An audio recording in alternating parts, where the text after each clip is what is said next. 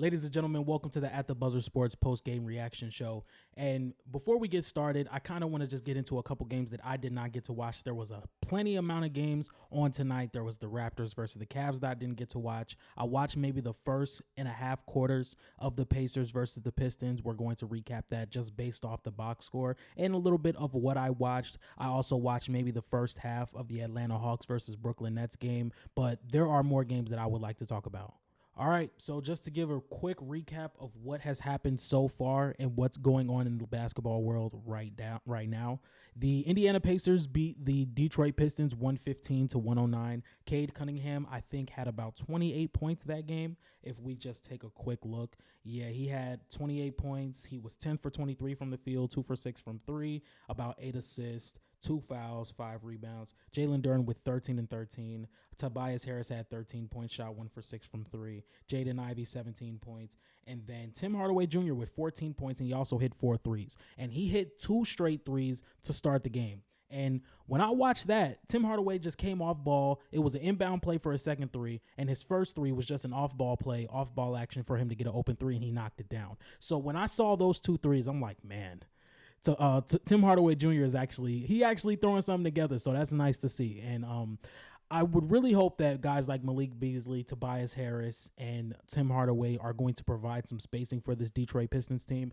And they have not really looked like the floor spacing team that you would want them to be in the first game of the season, but they definitely looked more engaged defensively, and that's something that excites me at least. Bringing in a head coach like J.B. Bickerstaff, who's really trying to set a culture in Detroit and really trying to get them to hang their hat defensively, that's something that this Detroit Pistons team desperately needs.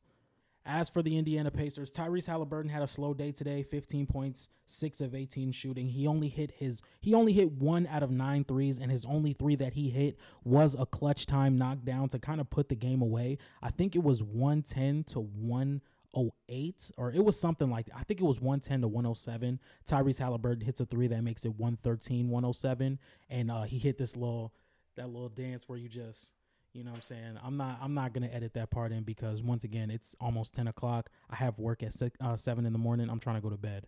Pascal Siakam had 19 points, 8 for 15 from the field, 1 for 3 from 3. Miles Turner, 20 points, 7 for 14, 3 for 8. Once again, I'll only watch probably the first quarter of this game. Up next, I got a chance to watch most of this Hawks game. The game I was really locked in on and the game we're really going to spend time on is the Rockets versus the Hornets. So we're going to get into that in just a second. But the Hawks versus the Nets. And this Nets team was competitive. I'm not going to lie. Cam Thomas had 36 points. He had 36 points on about 14 for 27 shooting. And I'm not going to lie. This does not mean anything to me. This does not mean anything to me. Like, Cam Thomas, great scorer, don't get me wrong. 36 points with 3 assists. And that's something that I said in the offseason I wanted to see Cam Thomas work on a little bit more. Once again, it's the first game of the season. You have 81 more to go, so who knows? He may be able to improve. But I really want to see him get the offense involved. But something I thought was interesting, they started Ben Simmons at the center position instead of Nick Claxton. I don't know if Nick Claxton is coming off of an injury. I don't know if he's just on a minutes restriction as of right now. But he only played 15 minutes. And this is a guy who averaged about 28 plus minutes last season. So I'm going to place my bet on him just being hurt and him not trying to overextend himself as of right now due to an injury that he has. From what I saw of Ben Simmons, he had 6 points, 5 rebounds, 8 assists. He looked pretty good on defense. He looked like he was running up and down the floor free willingly and looking just like his old self, at least running up and down in athleticism-wise. He had a few passes that the Brooklyn Nets were just not able to reel in, some passes that were just right on the money and his teammates just weren't expecting. And I saw just a little bit of Jalen Wilson, but he had 16 points tonight, 2 for 5 from 3, 3 for 7 from the field, with about 4 rebounds and 1 assist. This is a guy who, once again, I keep saying is going to be a solid shooter for this team. And guys like him, Noah Clowney, Dariq Whitehead, and Zaire Williamson, these are the guys that I am really intrigued on for the Brooklyn Nets, just to see where they can go in later years. Now, what I did see from Dyson Daniels, he showed some really good on-ball presence, and he also knocked down some threes. He shot 50% from 3 on 4 attempts. He had 15 points, and that's something that you're going to keep an eye on all season. If he can knock down that jump shot consistently, there's no way that you just can't play him. And up next, Onyeka Okongwu had 28 and 8. And I think he is the perfect athletic big to be pairing next to Trae Young. And for Clint Capella right now, I just don't think he's the same defender that he once was. And I also think he's not the finisher he once was as well. I think Onyeka Okongwu is the better center to pair next to Trae Young, and I think Clint Capella is going to be moved. But all in all, the Atlanta Hawks finish off with their first win of the night, 120-116 over the Brooklyn Nets. Up next, we have the Orlando Magic versus the Miami Heat. I'm very intrigued to see what KCP did.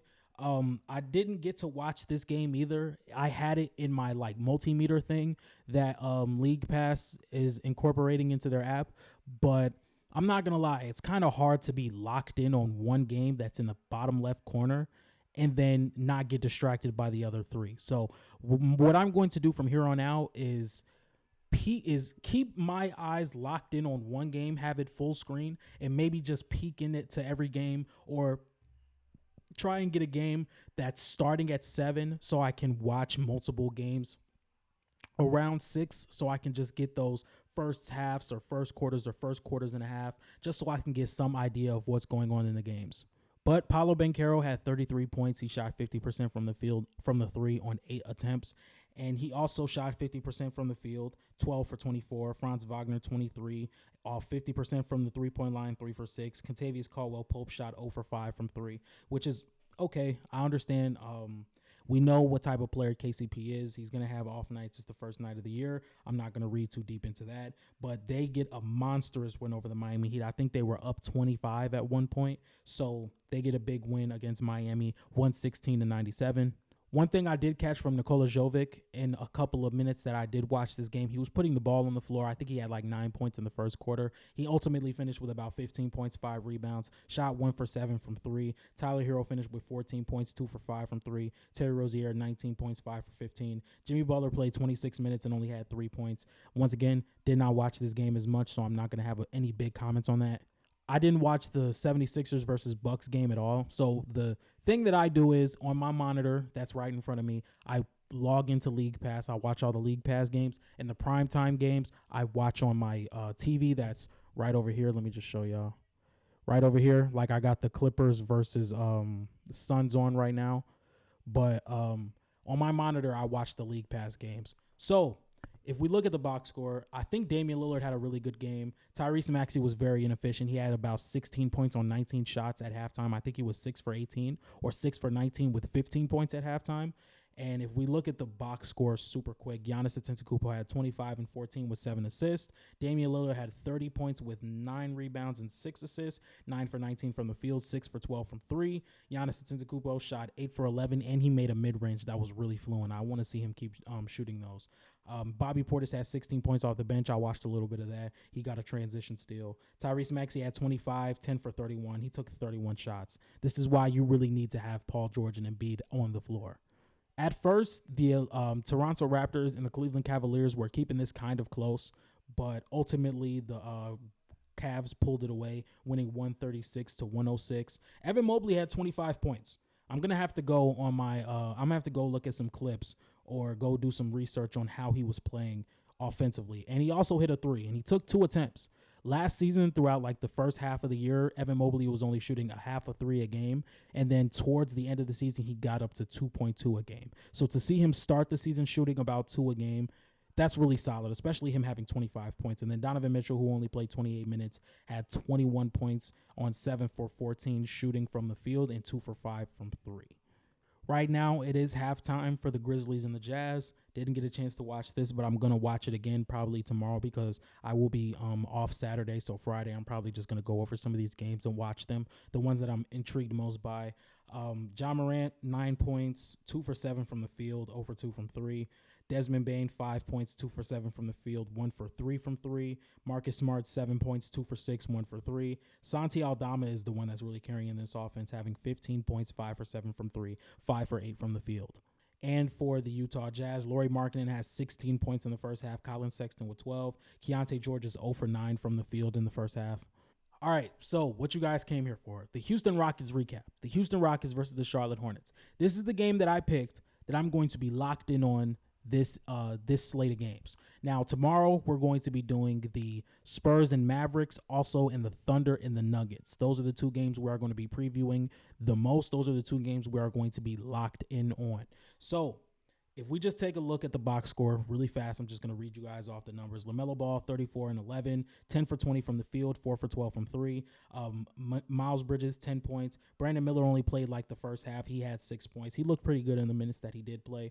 Trey Mann, 24 points, 4 for 8 from three, 8 for 16. And then if we look at the Houston Rockets, man, this is a Houston Rockets team that had a 20-point lead in the first half heading into the third quarter and even in the third quarter. But in the second half, you kind of saw this Houston Rockets offense fizzle out. And that's something that we can expect, or not expect, but that's something that wouldn't really shock us for people that have watched the Houston Rockets. There are just a lot of young talent in this roster, a lot of guys who bring different things to the table, and I don't think they have really correlated all that together into be one potent offense. The defense was really good in the first half. They were suffocating, they were fast on their feet, they were fast with their decisions, they were forcing turnovers.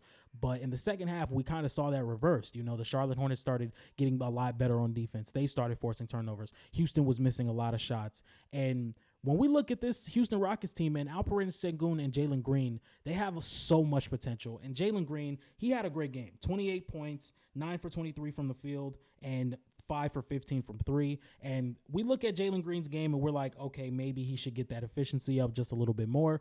And yes, I understand where you're coming from. And there are a lot of open shots he could have had that he could have knocked down. But in the first half, he looked really good. He looked really good. He was knocking down his shots. He was playing off Alperen Sengun. He was getting downhill. He was playing in the pick and roll. He was playmaking just a little bit. He had he didn't have a single assist. But I'm just saying, I think Jalen Green had a solid first half, and then the second half, we just saw them missing shots. Alperen Sengun was forcing a lot of passes and ended up getting a lot of turnovers. You saw Alperen Sengun get really overwhelmed defensively, and that's why late in the game we barely saw him play. And this is something that's going to concern me, because some of the guys they go to when they're trying to really create offense, it just wasn't falling for them. The shots just weren't falling for them. If we look at some of the three-point shots that this team generated, Jabari Smith was 2 for 5. Solid. He only had 8 points, 2 for 7 from the field. Dillon Brooks, 0 for 3. Dillon Brooks is going to force a lot of shots in the offense. That's kind of going to push me into my next take that I have. Who's next? Alperen Sengun. He hit 2 threes. That's something that intrigues me a lot. Next up, we got Fred VanVleet, who was 2 for 11. Jalen Green, who was 5 for 15. Tari Eason, 0 for 1. Cam Whitmore, 0 for 1. Jock Landale hit a 3. Reed Shepard, 0 for 1, who had 4 points, 2 rebounds, and 3 assists. So a couple of things I just want to talk about real fast. Amen Thompson, I think, is going to be the starter by All-Star break. I think Amen Thompson brings something to this offense that they could really use with his versatility offensively and defensively. He hit a 3 also, you know what I'm saying? And they also used him in the pick and roll. It was a Fred VanVleet, Amen Thompson pick and roll. And right now, we do not see Amen Thompson as a half-court creator, and I think that is something that the Rockets can use to get him downhill because he's such a good downhill player. And now, Alperen Sengun in the first half. Alperen Sengun was dominant on the boards. He was dominant down low. He was creating for his guys. He was working in the mid-range. He was getting to the free throw line. He hit 2 threes. We really saw what this Houston Rockets team could be in the first half. And now the three-point shooting was not the best, but we saw what they can be defensively. We saw how Alperen Sengun could run this offense when this team is clicking. And in the second half, it all just went downhill. And the Charlotte Hornets really picked it up. LaMelo Ball, time in and time out, was just getting timely shots. Grant Williams, timely shots. Trey Mann, timely shots. And it was just a tough game to watch, man, if you were a Houston Rockets fan. And I still believe in Houston. I think we're going to get these type of up and down parts from their season all year. I have them going 45 and 37, and I still stick to that. I think they're a great defensive team. I think Jalen Green is up for a really good season this year. I think we could see more of what we saw, maybe not 28 points per game, but 23 on better efficiency. But the volume's going to be there. He's going to put up the shots, and they will fall. Don't get me wrong. I started tonight off taking notes for every single game, but then I kind of just realized I'm not going to be able to really dive deep into every single game that's playing. Like, I'm trying to watch 4 games in depth all at once. You're just not going to be able to do that. So I got a couple of takeaways from each game. For the Pistons versus the Pacers, once again, the defense looked really good, or their emphasis on defense and their effort defensively looked really good. Once again, those Tim Hardaway 3-pointers to start off the game, I was really hyped about that. And Cade Cunningham had 28 points. He's pushing my most improved player pick agenda really well so far. 28 and 8. He shot well, 50% from the field. I'm messing with that. Tyrese Halliburton was really inefficient tonight, and that's just something that I think he's going to be okay with. I think he's a very efficient player, and the only problem I had with him offensively was he was very passive and he wasn't as aggressive. But he took 19 shots tonight, 9 3-pointers. He's going to be aggressive this season, and the shots are going to fall. All right, ladies and gentlemen, about a 15-minute video of At the Buzzer Sports post-game reaction. Right now, the Los Angeles Clippers and the Phoenix Suns are in between a 1-point game. The Clippers have 27 and the Phoenix Suns have 26. Once again, I have work tomorrow. I'm about to go to bed. But if you guys like these post-game review shows or this post-game review episodes, make sure you guys like, comment, and subscribe. And I'll see you guys tomorrow. Peace.